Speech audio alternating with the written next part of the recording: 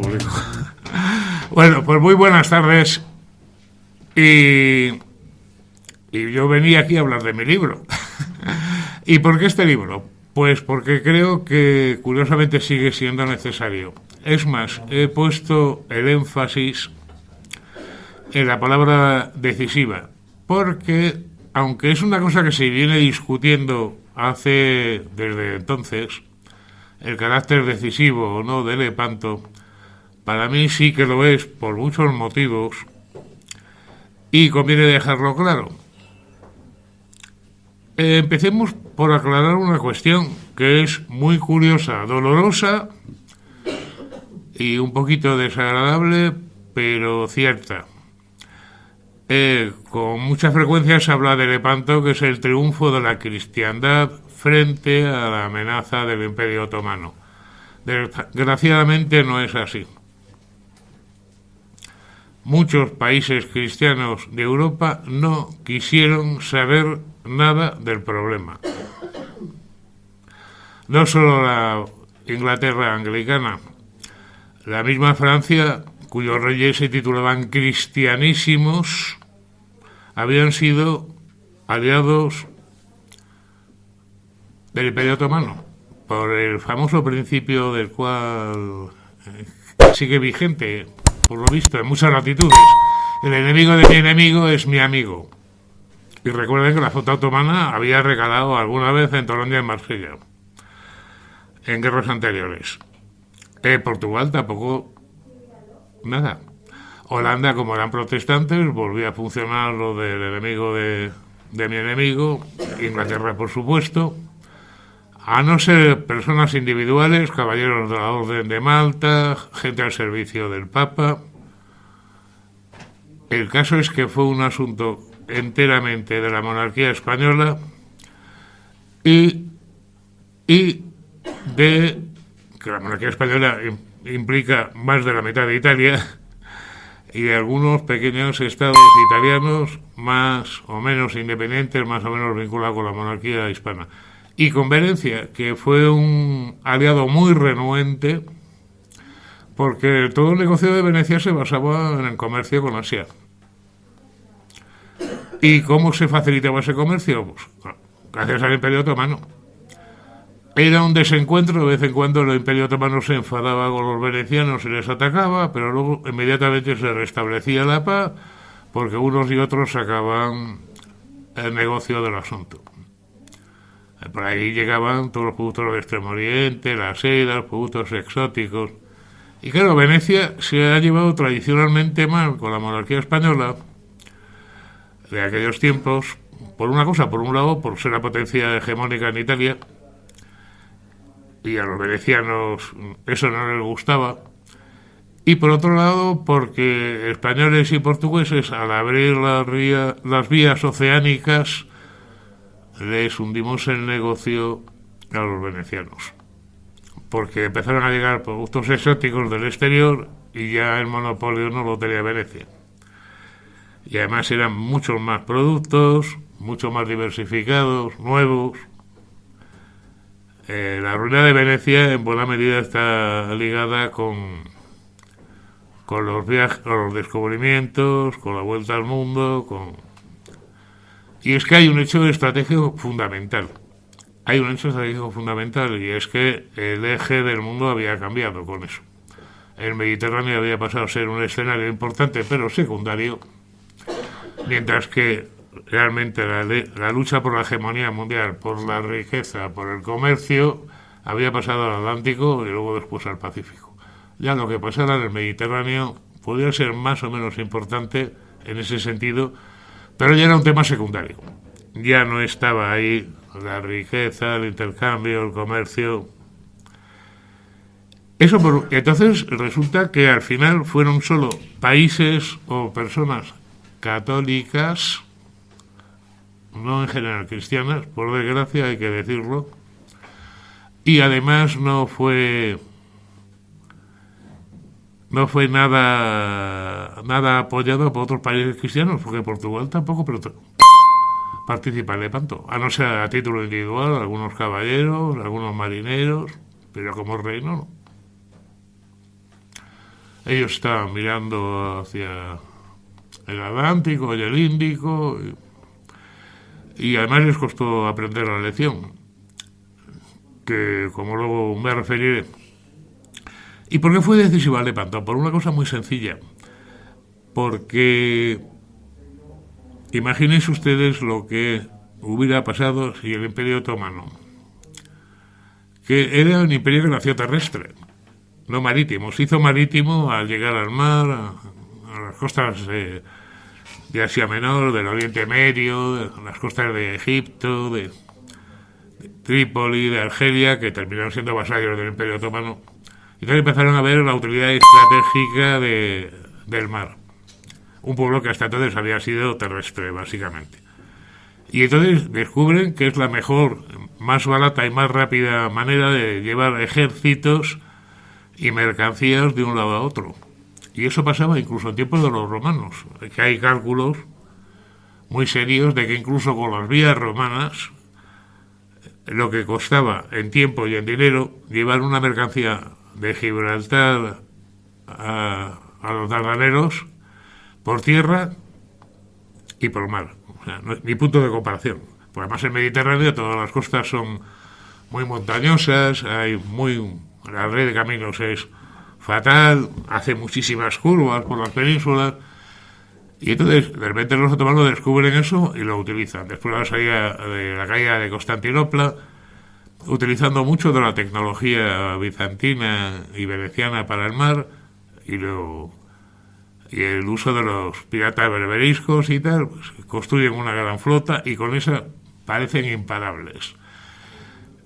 Imagínense ustedes, los que discuten que Lepanto fue decisivo, si ese empuje hubiera seguido con Italia, lo mismo que pasó en los Balcanes y después en la península ibérica, donde por cierto teníamos a los moriscos todavía. La rebelión de los Alpujarras es muy poquito antes de Lepanto, y un fallo estratégico de los otomanos fue no apoyar más a los moriscos, que por cierto no se levantaron reclamando derechos humanos o tal, sino que eligieron hasta rey. O sea, era una auténtica sedición en el mayor sentido de la palabra, no una reclamación de derechos, no una petición al rey como hicieron los comuneros, no, era una cosa completamente distinta. Vamos a ser justos, para lo bueno y para lo malo. Y hasta entonces parecía que el avance otomano era imparable, que no había medio. Es muy curioso porque además coincide en el caso de España con la decadencia de la Marina de Aragón. Es un hecho curioso que hasta habían caído de tal manera la construcción naval en todo el levante español que Felipe II tiene que llevar a calafates del Cantábrico, de Cantabria, especialmente del País Vasco, a las atalazanas de Barcelona para que construyan galeras, porque les faltaban operarios. A tal había llegado la decadencia. Que es curioso, porque siempre que salen estas cuestiones, lo que no recuerdan es que Castilla le hizo el inmenso favor a Aragón de reconquistarle la Italia que habían perdido, y la reconquistan los tercios de Castilla. Eso nunca lo recuerdan, es curioso. Algunos. Bueno, ¿y por qué es decisiva? Imagínense ustedes que en España, con la rebelión de los moriscos, las Alpujarras, con tantísimas atenciones, porque entonces Inglaterra ya estaba en una guerra no declarada contra España, estaba la rebelión de los Países Bajos, Francia, que era el país más inseguro y al mismo tiempo muy temible todavía, atender a ese nuevo frente. Y realmente el esfuerzo que hace la monarquía española de Felipe II es tremendo. Recuerden que Lepanto es en 1571. La bancarrota de Felipe II es en 1575 y es consecuencia directa de los enormes gastos de construir la flota, de la movilización humana, de alimentarlos, de atenderlos. Una locura. ¿Pero por qué dicen que no es una batalla decisiva? Pues sí que fue decisiva por una cosa fundamental. Porque desde entonces la Marina otomana perdió completamente la iniciativa estratégica y se limitó a la defensiva. Alguien que parecía que estaban a punto de conquistar Sicilia, que habían saqueado Menorca, que saqueaban las costas españolas. Ustedes saben, todavía se ven por todas las costas de Levante y del sur español las torres de vigilancia. La costa estaba prácticamente vacía, salvo ciudades importantes que estaban amuralladas o algún castillo o tal. ¿Por qué? Porque llegaban por la noche y atrapaban a todo lo que podían. Y luego, ya saben, a venderlos como esclavos o si eran ricos a obtener un rescate. Un empujoncito más de los otomanos. Y en conexión con los moriscos, y no sé qué hubiera podido pasar. Imagínense ustedes qué hubiera sido de la cultura europea si la Italia renacentista cae en pared de los otomanos. Y no solo en la pintura, sino en muchas cosas más. Imagínense ustedes que España hubiera tenido que volver a empezar una reconquista. Imagínense. Y eso se frenó. Es más, lo recalco en el libro de manera especial. Desde entonces la Marina Otomana, aunque es verdad que la reconstruyen, los recursos del Imperio Otomano eran enormes, pero han perdido la moral, la fe en sí mismos y sobre todo han perdido el tren de las innovaciones tecnológicas. Desde ese momento la Marina Otomana deja de ser un peligro. Se limitan a la defensiva, siguen haciendo los buques, los cañones y tal, mal, tarde, los europeos cada vez adelantando más. Y me remito a todo el siglo XVIII, enfrentamientos navales en donde son auténticas victorias, donde las galeras españolas bombardean Estambul, donde el capitán Contreras ejerce el corso en el mar Egeo, que 50 años antes hubiera sido un suicidio. Bueno, pues lean ustedes las aventuras de Contreras, el curso de mi vida, y verán que Contreras, practicando el corso en el Egeo tranquilamente y haciéndose amiguito de los griegos. Pero bueno, ¿qué ha pasado? Pues que la marina otomana ya no era ni sombra de lo que fuera. Aunque a lo mejor en los arsenales hubiera muchos barcos, pero habían perdido la confianza, habían perdido el tren de la renovación tecnológica, que nos parece que todo era igual. No. Menos vistoso que los progresos del siglo XIX y del XX con la revolución industrial, pero es inevitable. Hay una evidente progreso técnico en la navegación y en la guerra del siglo XVI, XVII y XVIII. Sí, los barcos seguían siendo de madera. Sí, los cañones seguían siendo de avancarga. Muy distintos los del siglo XVI y los del siglo XVIII. Enumero, paso rápidamente lista a las batallas. Por ejemplo, la de Cabo Celidonia, en Creta, donde 6 galeones españoles derrotan en una batalla de 3 días a 55 galeras turcas. Además, de 10-1. Y no se pierde ningún galeón español. 3 días de batalla. Pero vamos, en la última campaña que reseño es que en 1716, justo después de nuestra guerra de sucesión, los venecianos se ven otra vez atacados. Con esos sí que se atrevían los otomanos, pero solo con ellos.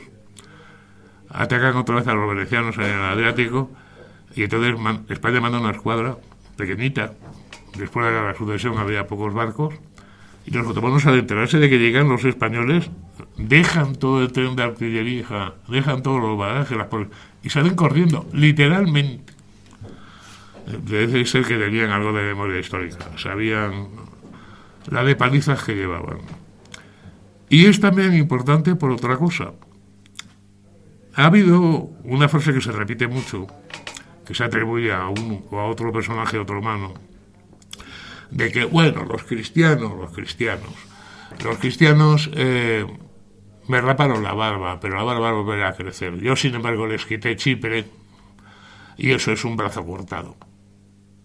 Vamos a ver, como disculpa o como regate está muy bien, pero me quieren contar ustedes cuál es la importancia estratégica de Chipre desde que cayó en manos otomanas hasta la Segunda Guerra Mundial o más allá. ¿Qué hubiera pasado si los otomanos hubieran salido al Atlántico? Los corsarios lo llegaron a hacer, pero la flota otomana no.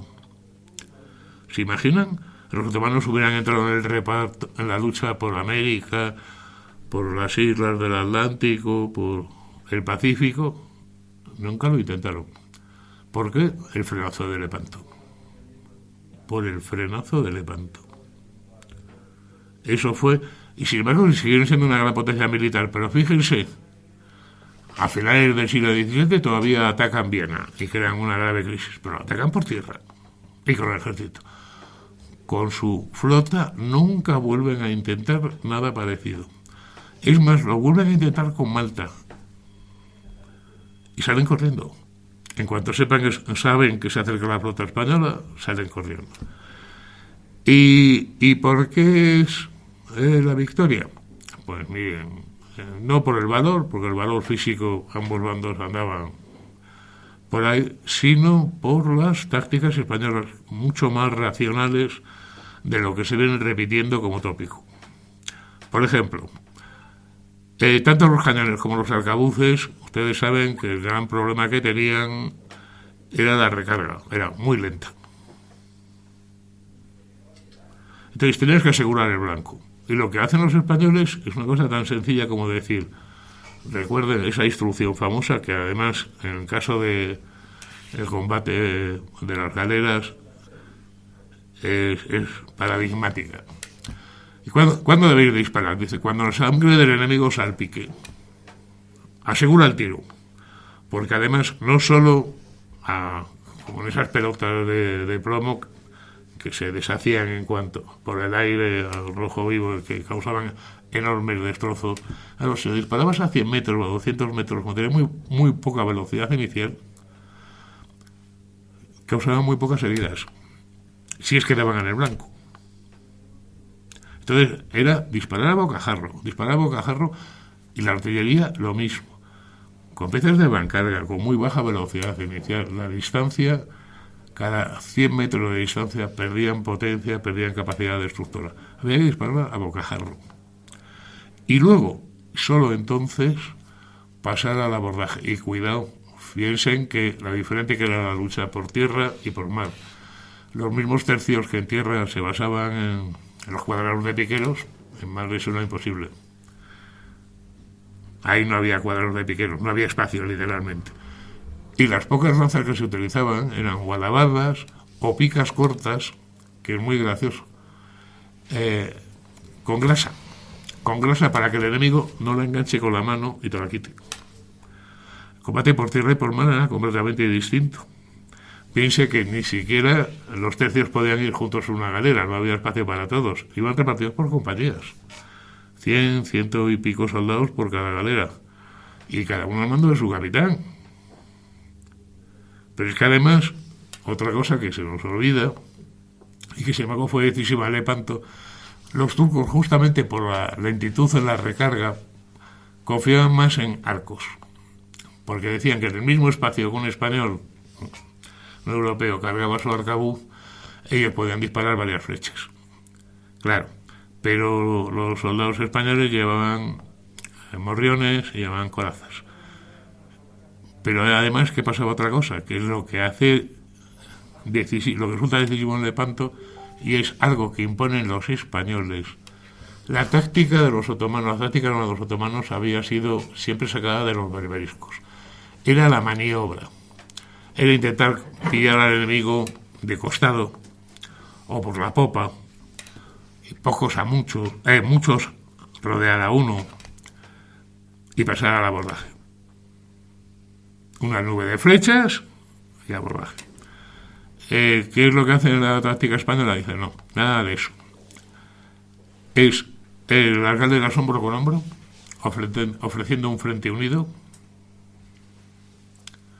y no dejarse envolver por los costados, y no dejarse hacer la otra maniobra, que meterse entre dos galeras que han dejado hueco. Combate frontal. Respaldada por el fuego, las galeras cristianas llevaban 5 cañones, las otomanas solo 3, y normalmente de menos calibre, pero además con una cosa muy graciosa. Otra táctica española que en tierra fue demoledora y en el mar también. No disparar todo al mismo tiempo. ¿Por qué? porque cuando el enemigo veía que ibas a disparar, todo el mundo agachaba, se escondía, tal. Y entonces esa descarga lo único que hacía era asustar, muchas veces, causar pocas bajas y tal. No, la gracia de los españoles era decir, disparar solo la mitad. Y cuando el enemigo se haya incorporado, la otra mitad. Con lo cual, es que barrían por completo las cubiertas otomanas. Pero es que teníamos también otra ventaja. Todas las galeras españolas eran más lentas, eran más anchas que las turcas, pero además llevaban las empavesadas. ¿Qué eran las empavesadas? Unos parapetos provisionales con lona, con barriles, con maderos. Hombre, un cañonazo no lo paraba. Pero las flechas de los turcos sí. Mientras que un parapeto igual que hubieran montado los turcos no paraba las balas de los arcabuces y menos a bocajarro. Pero es que además la historia de España en todos los sentidos está llena de leyendas negras. De leyendas negras además ridículas, en el momento que reflexionas un poco sobre ellas. Resulta que combatir al abordaje y disparar los cañones a bocajarro y los fusiles es una táctica anticuada y basada en la táctica terrestre. Horacio Nelson se hizo famoso en 1797, casi más de 2 siglos después de Lepanto, tomando al abordaje 2 navíos españoles, la batalla de San Vicente, el San José y el San Nicolás. Al abordaje y disparando de cerca, porque sabían que disparar de lejos. En una época que no existía puntería. ¿Saben ustedes que ni siquiera los mosquetes del siglo XVIII tenían alza y punto de mira? Estaban disparando a bulto. Los arcabuces del XVI, los cañones, lo mismo, se estaba disparando a ojo. Disparar a cierta distancia conseguías asustar al enemigo, impresionarle, de vez en cuando conseguir un impacto afortunado, pero nada más. Y en cuanto un poquito era la distancia, prácticamente no hacían daño. Anda, resulta que eso de combatir al abordaje y disparar los cañones, como en Trafalgar, a bocajarro y tal, en una táctica anticuada y tal, salvo si lo hacen los ingleses 2 siglos después, ¿no? Entonces ya no es anticuado, ni terrestre. Por cierto, los soldados que llevaban eso en su barco ni siquiera eran marines, ni siquiera eran infantería de marina, eran soldados de un regimiento de infantería, de 69. Si lo hacen ellos, es perfecto. Si lo hacen por nosotros. No, es que es así de tonto. Es así de tonto. Y hay montones de ejemplos de lo mismo. Y no lo queremos. Yo siempre digo que es una pena, pero indudablemente la palabra marketing no es palabra española. Y claro, ¿qué ha pasado con Lepanto? Que es muy gracioso, dice, ¿y por qué no se aprovechó la victoria? Si fue una victoria tan decisiva, tan apabullante, el número de bajas es terrorífico. O sea, Trafalgar por comparación, ven ustedes los barcos perdidos y tal, Trafalgar por comparación fue un empate. Hay 150 galeras turcas, entre apresadas y hundidas, 150. Y el número de muertos es aterrador, pues además imagínense lo que era el combate naval ahí, que es verdad, y seguía en época de Trafalgar. Había que echar arena encima de las tablas de la cubierta del barco para que la gente no se resbalara con la sangre. Que lo saben, que así de terrible era la guerra naval. Y claro, una guerra naval, los abordajes no se quedan tampoco que los de las películas, saltando y haciendo maravillas del clima, ¿no? O sea, ustedes imagínense en una calera que podía tener 30 metros de largo y 6 de ancho, y había que descontar la parte donde estaban los remeros, con unos pasillos así para ir de un lado a otro. ¿Ustedes creen que podían hacer florituras del clima? Que yo tenía más de carnicería que desagradable, pero esa es la verdad. Esa es la verdad. Y luego una cosas que uno no piensa, que la ventaja de los cristianos es que llevaban morriones y al menos corazas. Algunas de ellas muy buenas, italianas, que eran aceradas. sea, a Álvaro de Bazán le pegan 2 tiros y no le pasa nada, le tiran al suelo, pero no le pasa nada, porque es una coraza de Milán que es acerada y que resiste los balazos de plomo.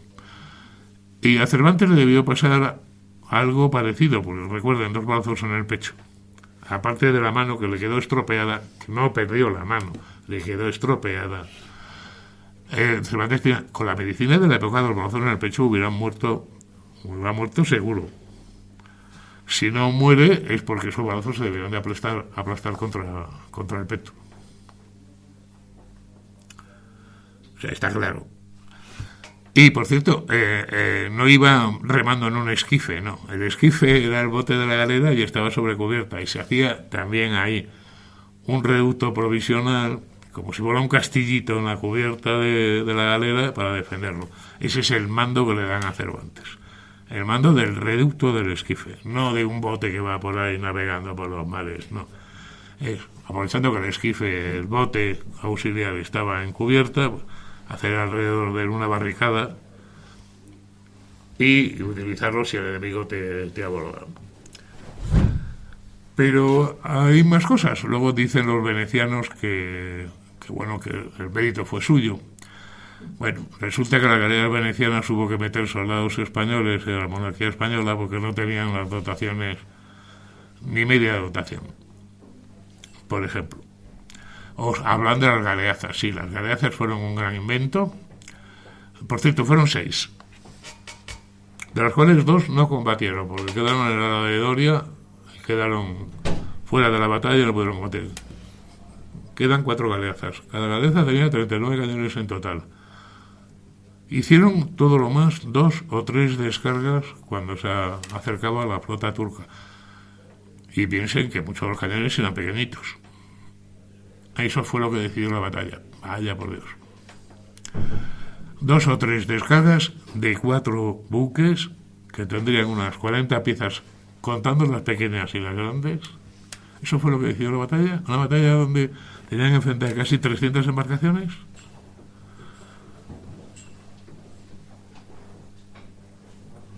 Y disparando de lejos. Bueno, a lo mejor cuando pasaron al lado pudieron hacer otra descarga un poco más, sí. Se sabe que algunos tiros hicieron daño, pero eso decisivo no fue decisivo en absoluto. Fueron solo 4 galeazas, cada una con unos 40 cañones, más de la mitad de ellos ligeros, que solo servían para matar personas, no para hundir barcos.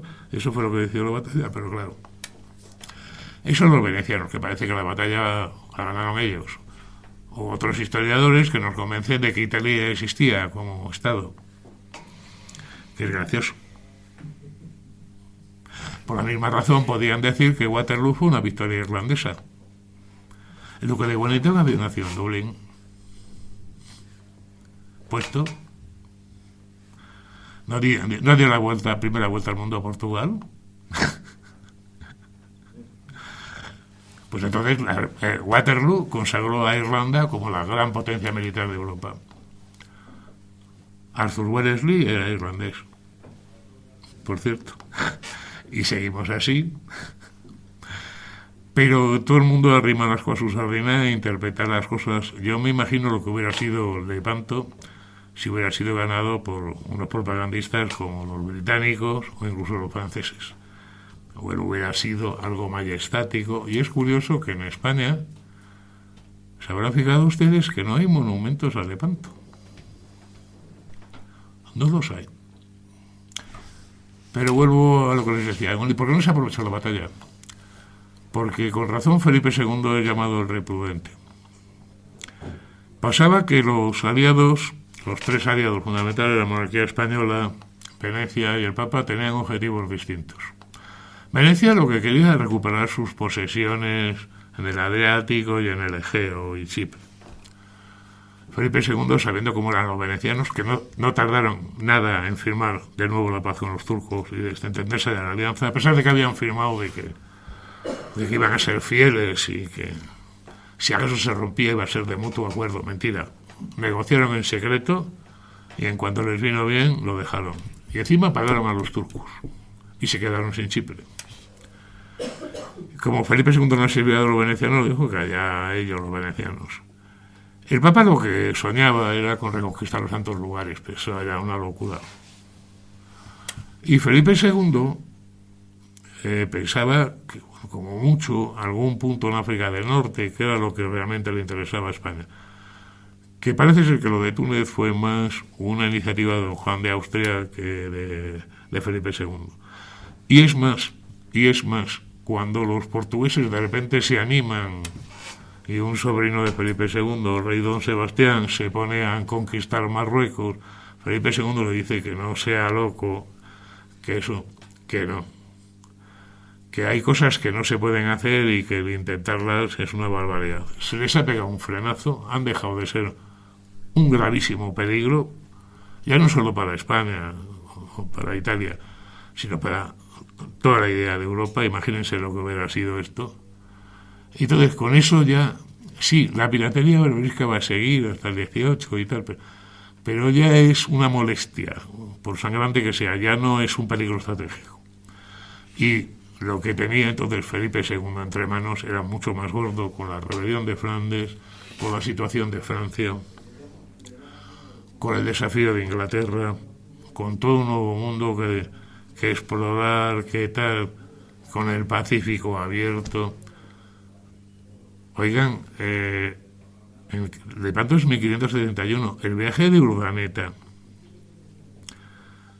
que es cuando se consigue volver desde las Filipinas a Centroamérica, evitando Magallanes, que es un mata barcos y mata marineros, ¿no? Un camino más corto, que es cruzar Panamá por tierra y luego la nave a Acapulco. Urdaneta hace su viaje en 1565, 6 años antes que Lepanto. Y con eso empiezan a llegar todos los años mercancías del Extremo Oriente a España. Porque enganchan ahí, pasan de Acapulco a Veracruz por tierra y se embarcan. Empiezan a llegar aquí porcelanas, sedas y tal. ¿Y qué importaba a esas alturas saber a quién pertenecía la isla de Rodas? O si Tiro y Sidón, o si era un escenario claramente secundario y había que ser racional. No podías atender todos los frentes y tal. El peligro una vez había conjurado y no merecía la pena. Y es curioso, porque luego en los reinados de Felipe III y Felipe IV, ni siquiera la flota, la armada como tal, la armada del mar Océano, interviene. Basta con las fuerzas navales del Reino de Nápoles y Sicilia, con un virrey español, para dar todas esas palizas a los otomanos. Con ellos y la Orden de Malta, o sea, quiero decir que no hay que hacer otra movilización extraordinaria como el Lepanto. Basta con las fuerzas locales para enfrentarlos y darles palizas y hacerlos retroceder. La batalla que les he contado en la isla de Creta de Cabo Celidonia es la escuadra que hace el duque de Osuna como virrey de Nápoles. Punto. Media docena de barquitos. Y pueden con la flota otomana. O sea, de cómo había cambiado. Entonces sí, era un frente que seguía abierto, pero ya no era peligroso. Había otros frentes mucho más peligrosos. Había otras tareas. Claro, inmediatamente se plantea lo de la guerra con Inglaterra, lo de la anexión de Portugal, la intentona francesa de colarse en Portugal. Es algo. Y bueno, y reivindicar un personaje para mí muy querido y desgraciadamente menos valorado y estimado en España de lo que se merece, que es don Álvaro de Bazán, el jefe de la retaguardia, el que hizo posible la victoria. Es el que rescata a don Juan cuando don Juan está pasando mal en la galera real y el que evita la metedura de pata de Doria en la derecha cristiana. Realmente el artífice parece ser el autor también de la táctica de combatir de cerca, de combatir sin romper la formación unos con otros, no dejándose envolver, la retaguardia apoyando cada vez que se produce un hueco o un problema. Es realmente el artífice de la victoria. Es el que gana las terceras y evita que Francia coloque a un peón en Portugal a cambio del Brasil. ¿Se imaginan ustedes que Francia hubiera conseguido el Brasil en el siglo XVI? Es lo que le habían prometido a don Antonio de Crato a los franceses por su apoyo. Es que no nos damos cuenta de las inmensas consecuencias que tuvo la política de Felipe II en sus fallos, que es de lo único que nos hablan, y también en sus aciertos. Imaginen que es Europa dividida, enfrentada entre cristianos, entre católicos y protestantes, y los protestantes a su vez también divididos entre ellos, claro. Y los católicos. Hubiera sido llegar a alguien como el Imperio Otomano. Porque se hubiera repetido la historia del siglo VIII, de nuestra era, con todas las consecuencias. Y con todo el empobrecimiento cultural y con consecuencias imprevisibles, de todo punto. Entonces, claro que es una batalla decisiva en la historia. En cuanto al tamaño, es curioso, y lo reseño en el libro, es muy curioso que Cervantes, cuando se refiere a la más alta ocasión que vieron los siglos y verán los venideros, curiosamente Cervantes fue peor historiador que profeta. Hay algunas batallas del mundo antiguo, como Salamina, como tal, que por número de embarcaciones, número de hombres, claro, todo esto es relativo. En un siglo 10.000 personas pueden ser una multitud enorme, y varios siglos antes o después 10.000 personas no son nada. Es difícil comparar esas magnitudes, ¿no? Y los barcos también, no lo mismo comparar barcos de alta tecnología con barcos más pequeñitos y mucho más sencillos. Pero es curioso, algunas batallas de la antigüedad, por las fuentes que nos han llegado, hubo más barcos y más hombres en la batalla, pero con Lepanto no. Consigno las cifras en el libro. Lepanto fue mucho más importante, hubo mucho más bajas y mucho más pérdidas que en Trafalgar, por ejemplo, que parece la batalla más enorme, más batallas que incluso más bajas, más participantes y más hombres en Lepanto que en las batallas navales de la Primera Guerra Mundial. Es verdad que no hubo muy grandes batallas navales ni decisivas, y solo algún enfrentamiento de la Segunda Guerra Mundial, como son las campañas en el Pacífico, se acercan. Pero claro, están en escenarios distintos, se habla muy en globo, claro, también están las comunicaciones y tal. Curiosamente, en la era de la pólvora, creo que no hay ninguna batalla que se pueda comparar por el número de personas participantes y por el número de barcos a Lepanto. En la época de la pólvora. Antes sí parece que hay alguna. Después, muy dudoso, como mínimo hasta la Segunda Guerra Mundial. Imagínense el esfuerzo que fue aquello. Porque lo que les digo, 10.000 personas, un ejército de 20.000 hombres, era, en el siglo XVI era tremendo, pero recuerden ustedes, en el siglo de Napoleón, ya cómo eran los ejércitos, y en la Primera Guerra Mundial, lo que eran los ejércitos. Napoleón ya mandaba centenares de miles de hombres, y en el siglo XX, quiero decir, que es que comparando, a lo mejor fue un esfuerzo superior relativamente a la población existente en cada momento, del que nosotros nos fiamos, o sea, porque nos fijamos en los números absolutos. ¿Cuántos ejércitos en Europa hasta la Revolución Francesa tenían más de 20.000 soldados? ¿Cuántos? Pues miren las cifras de Lepanto. Y luego, además, hay una cosa que me encanta, que es cómo termina la batalla. Que es verdad que hay mucha muerte, mucha sangre, y la medicina de la época da poca esperanza a los heridos graves. Pero también hay una etapa muy bonita. Primero, la cantidad de remeros esclavos de los otomanos y de los beriscos que son liberados por la batalla, que son miles. Y segundo, que don Juan de Austria, siendo fiel a su promesa de que si ayudaban a la victoria les daba la libertad, liberó a todos los remeros cristianos. Bueno, a todos no, los venecianos eran asalariados, normalmente. Pero los españoles normalmente eran gente que cumplía penas, redimía penas al remo. Bueno, pues quedaron libres. Que de cuántas batallas se puede decir que cuando terminan suponen la libertad de miles y miles de personas. Eso es otra de las glorias de Lepanto, el que significó la libertad para muchos miles de personas que hasta tal llevaban una vida absolutamente asquerosa. Prisioneros del enemigo o condenados en el bando cristiano. Muchas gracias y buenas tardes.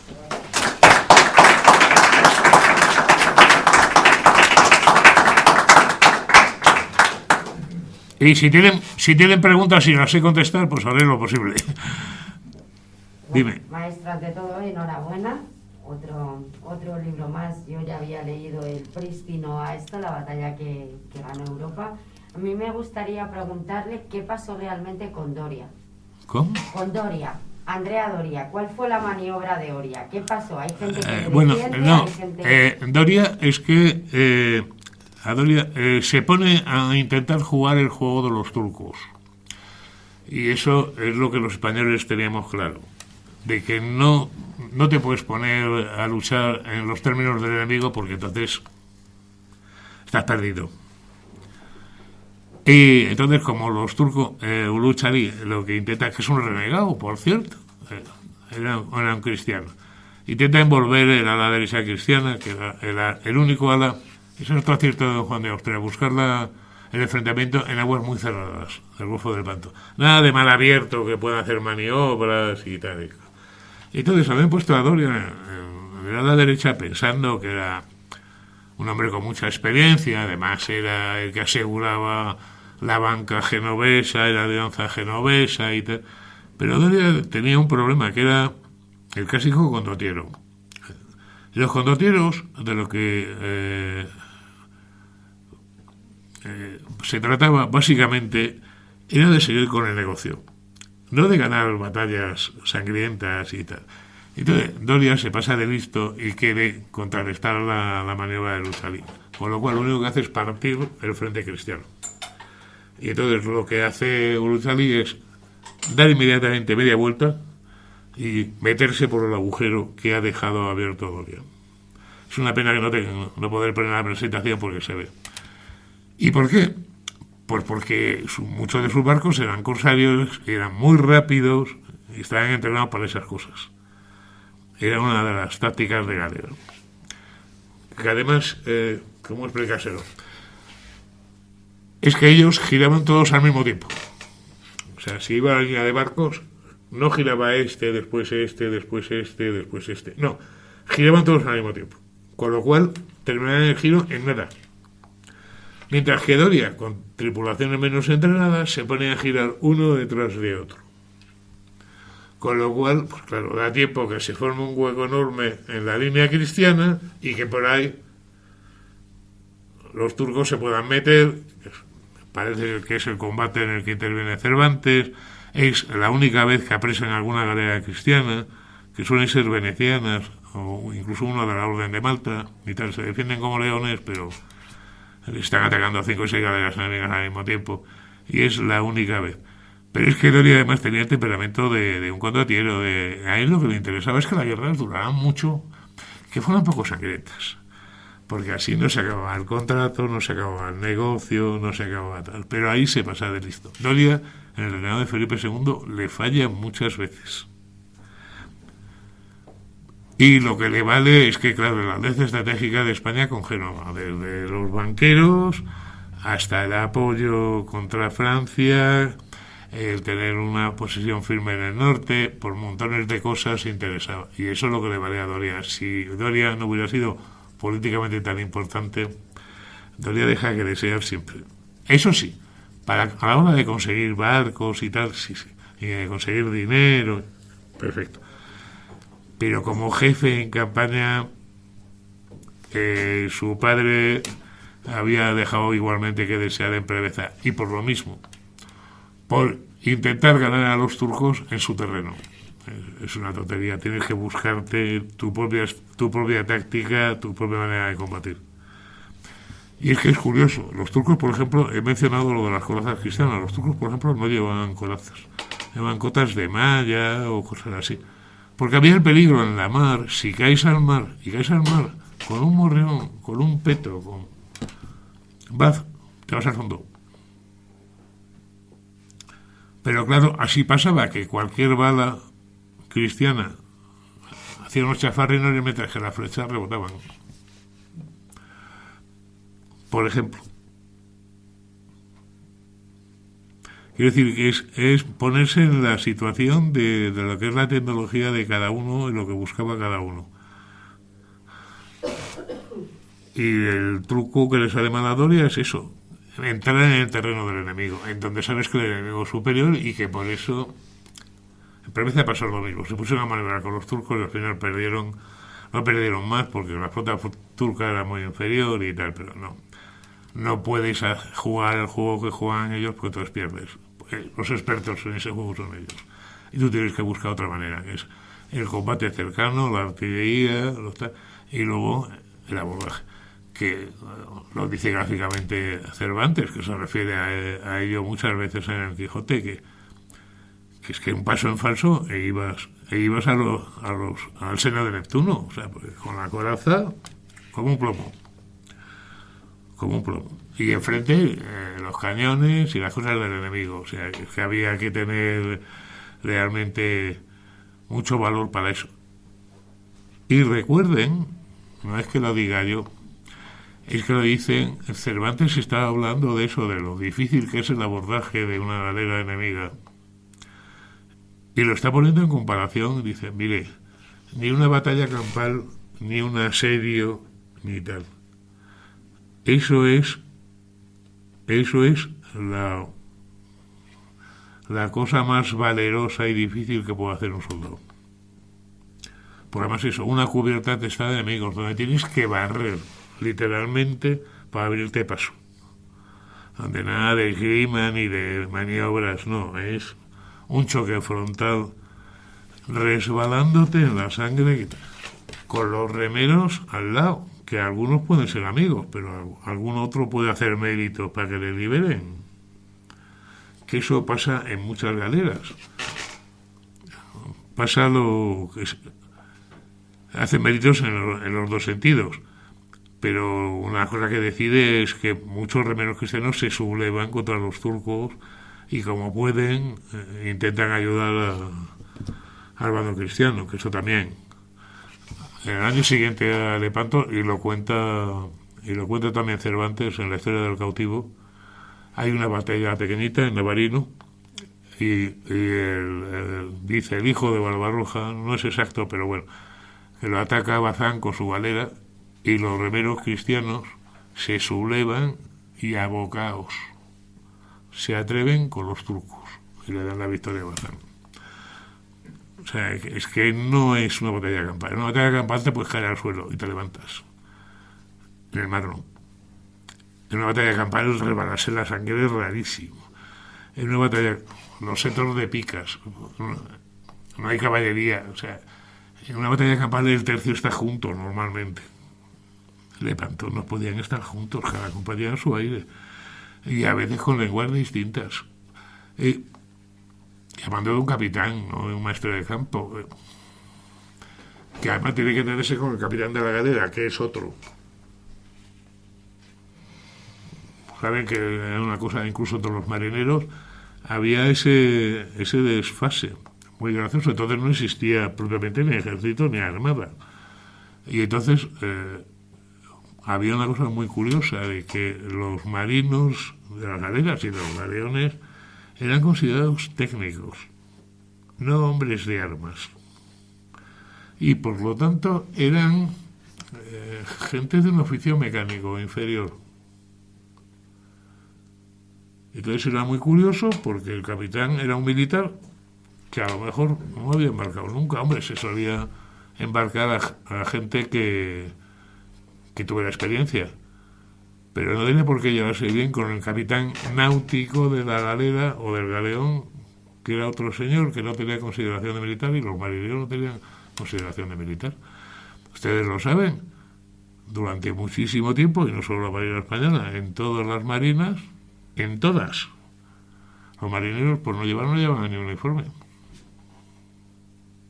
En la época de Trafalgar, no. Los marineros.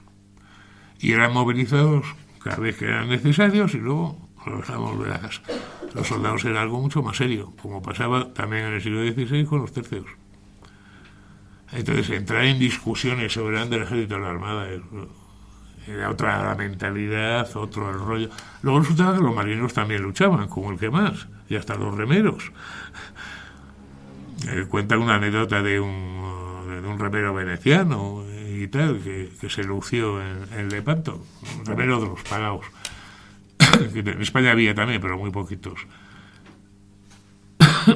O la historia de la chica, ya saben, una que se ha popularizado antes, de la que apenas se sabe gran cosa, de María la Bailadora, una chica que se disfraza de hombre y participa en la batalla, y además se luce, y lo que es más gracioso, Lope de Figueroa, el jefe de su tercio, no tiene ningún problema, la confirman, tal. Una cosa realmente sorprendente.